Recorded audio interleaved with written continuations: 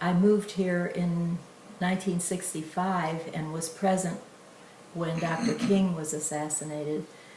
And I became involved with groups of people in the city who wanted to build racial reconciliation. And at that time, I was connected with Christian Brothers College and knew some faculty members there.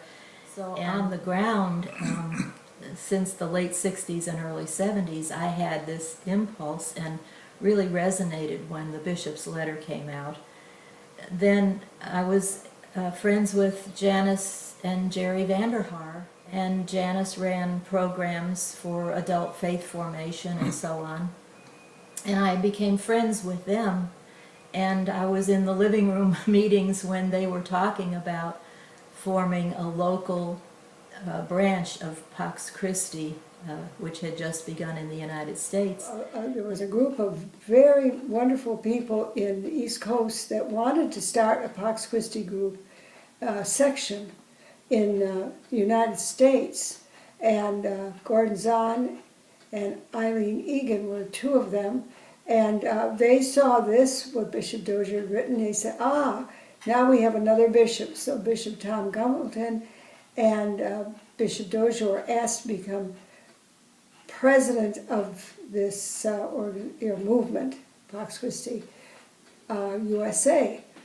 And of course, Bishop Dozier was ready and willing and able to do this and support it. So when they decided to have the first National Assembly in 1973, Bishop Dozier couldn't go, so Dr. Gerard Vanderhaar was asked.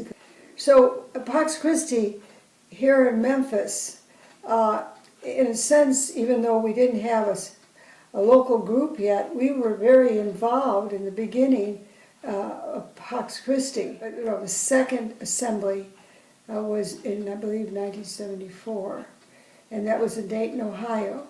And it was at that time that the bishop asked me to be the coordinator of local Pax Christi.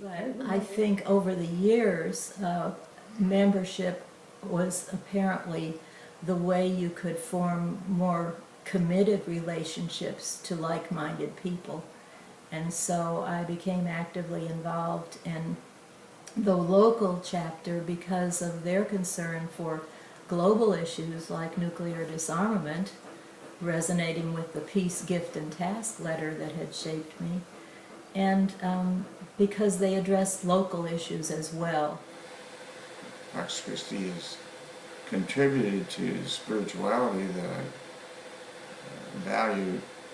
That's how Pax Christi fed us spiritually and gave us a sense of perspective, that it wasn't just a local thing that we were involved in Pax Christi Memphis, but we were affiliated with an international movement and spiritual friends and family who had a similar vision. And so my own inspiration for being consistently a member of Pax Christi was the relationships, the great souls that I encountered.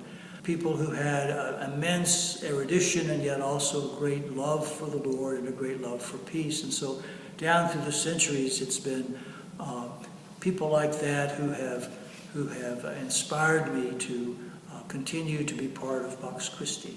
Pax Christi has had such an influence, inspiring presence in Memphis, especially with Memphis's history of nonviolence with Dr. Martin Luther King and the Civil Rights Movement, and that so many of the Pax Christi members have been involved throughout Memphis's history, such as Ed Wallen marching with Martin Luther King, and Carol Carson being involved with plowshare actions and standing on the train tracks, trying to prevent the white train from passing through.